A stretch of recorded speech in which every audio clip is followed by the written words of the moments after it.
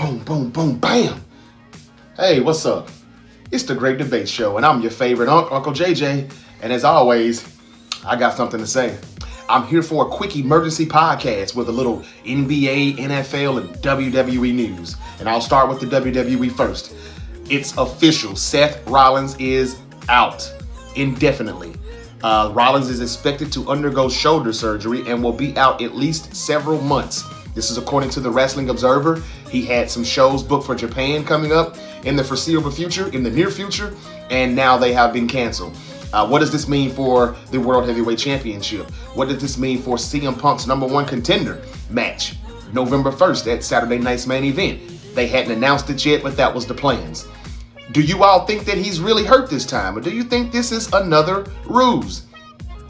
I don't know. I kind of believe that he's hurt this time. I mean, I just can't think that Seth Rollins would expect us to, fall for it a second time. The ruse.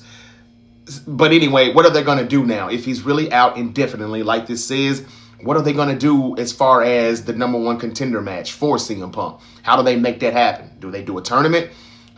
Do they just vacate the title and just do some type of battle royal and the winner faces Punk?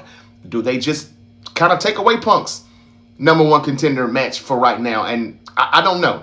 But if he's really hurt, which would explain why they written him off of television on Monday Night Raw this past week and split up the vision, maybe this would be the reason why. Do you all believe it, or do you think it's still a ruse? In other news, to the NBA, there are reports that the Dubs are downplaying the Giannis link. Those within the organization poured cold water on the Warriors being hot destination.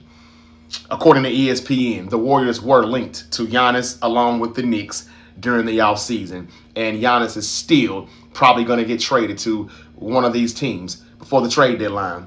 All right. And the Eagles player says it feels like 2023 all over again. An anonymous source says that things are starting to feel similar to the collapse 2 seasons ago. That's according to ESPN.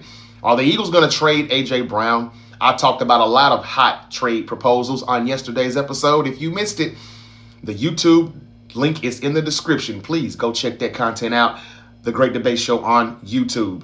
And last but not least, NFL news. The latest 49ers buzz. The team considers Trey Hendrickson an ideal fit if the Bengals would part with him. That's according to Fowler.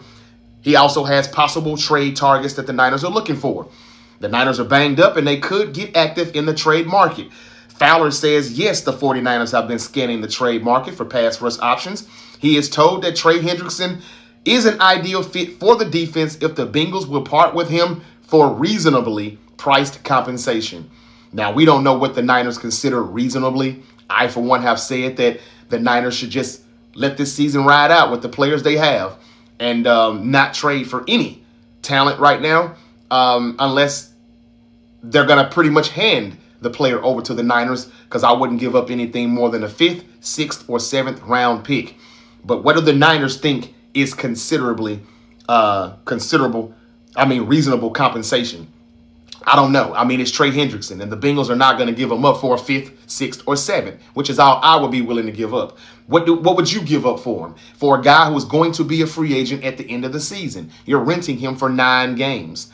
A 2nd round pick is what the Bengals would ask for. But when we get closer to the trade deadline, they would probably have to settle for a 3rd or a 4th. If the Niners would give up a 4th, I'm all for it. Yes, he's worth giving up a 4th, even though he is a rental. But anything more than that, it just doesn't make sense unless the Niners are planning on extending him past the 2025 season. But for anybody who thinks that the Niners are just giving up on the season if they don't acquire anyone, even though I don't even think that's what that says, you don't have to worry about it. The Niners are still going to kick the tires on an edge rusher. And if not Trey Hendrickson, according to Graziano, he's been told that the Bengals don't intend to trade him. He said, let's see what happens for the next couple of weeks. If they lose to the Steelers, Jets, and Bears and wake up on the trade deadline with a 2-7 record, then maybe they will consider it. The Bengals play the Steelers on Thursday night, and I'm sure Niner fans hope the Steelers tap that ass.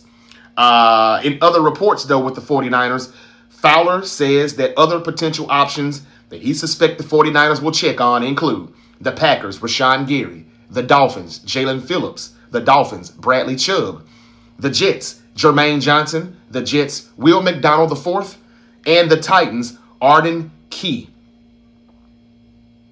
And there you have it. The 49ers are still in the hunt to get an edge rusher.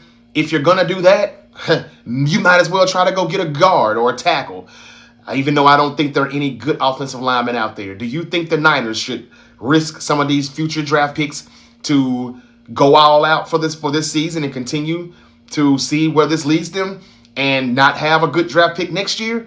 Or if they continue to win, you just ride it out and see what happens and, deal with the draft next year, depending on what you have. I just think looking at the 49ers offensive line, they're going to need their first, their second, and their third round pick, in my opinion, because it's absolutely atrocious.